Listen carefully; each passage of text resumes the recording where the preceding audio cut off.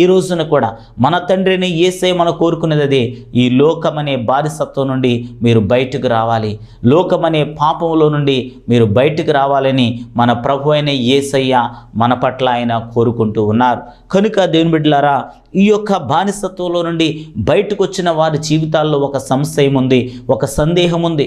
అయ్యో, నా ప్రభు ఎప్పుడు నన్ను దీవిస్తాడు? సంవత్సరాలు గతిస్తూ ఉన్నాయి, సంవత్సరాలు వెళ్ళిపోతూ ఉన్నాయి, ఆయన ఆరాధిస్తున్నాను, ఆయన మహిమపరుస్తున్నాను, కానీ నా జీవితంలో ఇంకా కష్టాలు కన్నీళ్లు నన్ను శోధిస్తూనే ఉన్నాయని ఎంతగానో బాధపడేవారున్నారు నా ప్రియబిడ్డలారా.